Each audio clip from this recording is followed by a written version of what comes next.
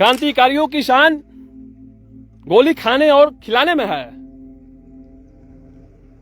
फांसी के फंदे पे लटक जाने में है। যারা বিপ্লবী হয় তাদের কপালে হয় ফাঁসি জোটে, না হলে গুলিতে মরতে হয়।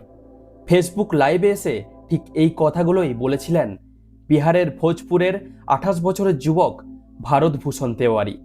আর এই কথা বলার ঠিক কয়েক মিনিট পরেই যখন তিনি নিজের পিস্তলটা ছুঁড়ে ফেলে দিয়ে পুলিশের সামনে সারেন্ডার করলেন, তখন 25 মিটার দূর থেকে তাকে লক্ষ্য করে ঝাঁঝরা করে দেওয়া হলো পুলিশের গুলিতে।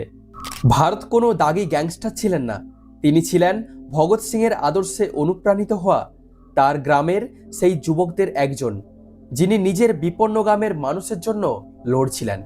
তার গ্রাম বিলাউতি প্রতি বছর গঙ্গা নদীর তীব্র বন্যার ভাঙনে তলিয়ে যায়। একের পর এক ঘরবাড়ি, চাষের জমি নদীতে বিলীন হয়ে যাচ্ছে। পুরো গ্রামটা আজ ধ্বংসের মুখে। গ্রামেতে বিদ্যুতের অভাব, রাস্তাঘাটের অবস্থা খারাপ, অথচ বছরের পর বছর ধরে ওই মানুষগুলোর জন্য কোনো কিছুই ব্যবস্থা করেনি প্রশাসন। ভোটের সময় নেতারা আসে, বড় বড় প্রতিশ্রুতি দেয়, কিন্তু ভোট মিটলেই সব ফাঁকা। ভারত তার শেষ ভিডিওতে বলেছিলেন তিনি অস্ত্র ছেড়ে দিচ্ছেন কারণ পুলিশ কথা দিয়েছে। তার গ্রামের এই স্থায়ী দুরবস্থার পুনর্বাসনের দাবিটা বড় কর্মকর্তাদের কানে তোলা হবে। ভাবুন একবার, একজন মানুষ নিজের জীবন বাজি রাখছেন শুধু নিজের গ্রামের মানুষের একটু মাথা গোঁজার ঠাঁই বাঁচানোর জন্য, আর বিনিময়ে সিস্টেম তাকে কি দিল? বুক লক্ষ্য করে গুলি। আজ ভারত ভূষণের ওই কথাটা বারবার কানে বাজছে।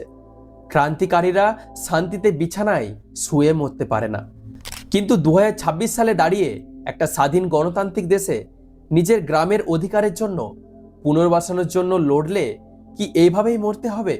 আজ দেশের লক্ষ লক্ষ মানুষ সোশ্যাল মিডিয়ায় জাস্টিসের দাবি তুলছেন। আপনার কি মনে হয় এই এনকাউন্টার কি সত্যি জাস্টিস, নাকি ক্ষমতার দম্ভে থাকা প্রতিবাদের কণ্ঠকে চিরস্তরে স্তব্ধ করে দেওয়া? কমেন্ট করে অবশ্যই আপনার মতামত জানাবেন।